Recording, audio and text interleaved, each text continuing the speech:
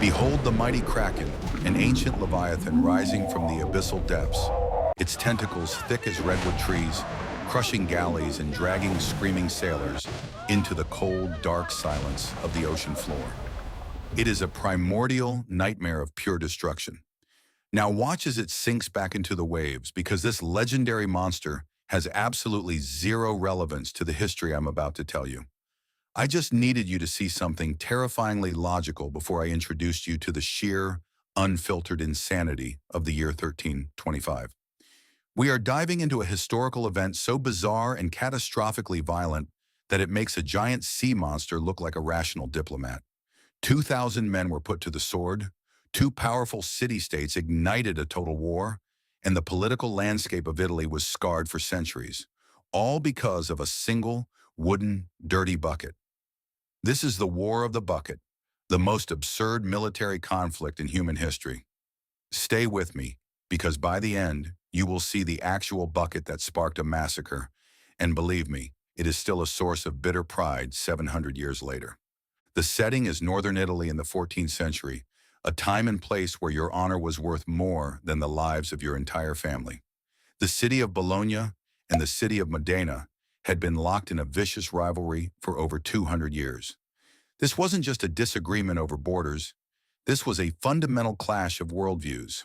It was the age-old struggle between the Guelphs, who pledged their souls to the Pope, and the Ghibellines, who swore fealty to the Holy Roman Emperor.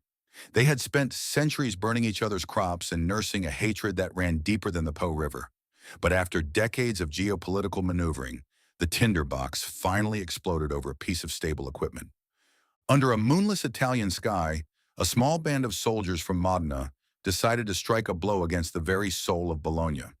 They didn't infiltrate the city to assassinate a bishop or steal the keys to the treasury.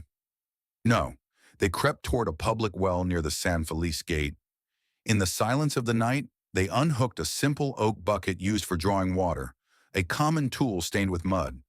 They carried it back to Modena as a trophy of war. They didn't just steal wood, they stole Bologna's dignity. They held a parade for the bucket and mocked the Bolognese from the safety of their walls. To the people of Bologna, this wasn't a prank.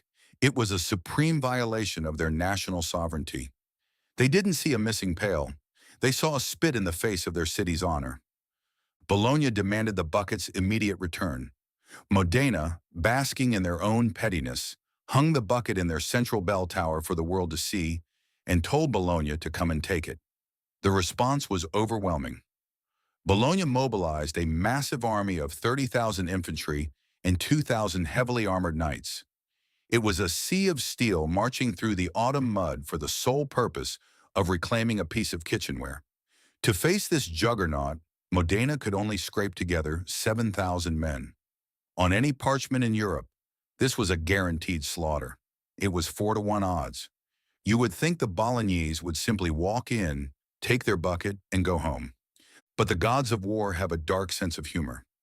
At the Battle of Zappolino, the underdogs from Modena didn't just stand their ground. They launched a ferocious counterattack that shattered the Bolognese lines in a matter of hours. The sun set on a field of absolute carnage.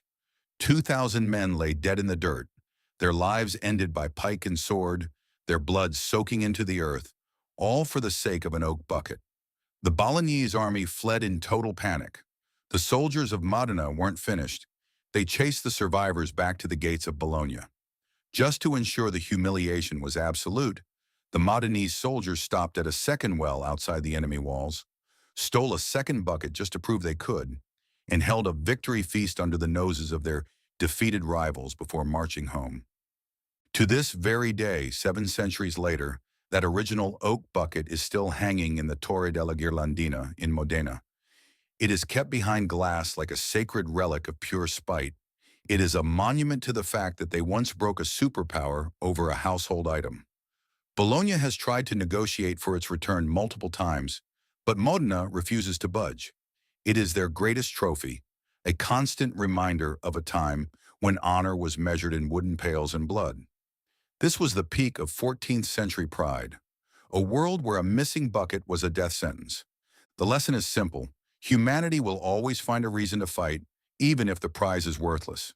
Keep an eye on your wells because in the Middle Ages, a stolen pail was a casus belli. Hit that subscribe button before history repeats itself. And as for our Kraken, he's back, rising from the surf one last time. He's seen enough of human folly, and he's decided that if men are going to slaughter each other over buckets, he might as well take the prize for himself. He's dragging the bucket, the tower, and this entire absurd legacy back into the crushing darkness of the abyss where it belongs.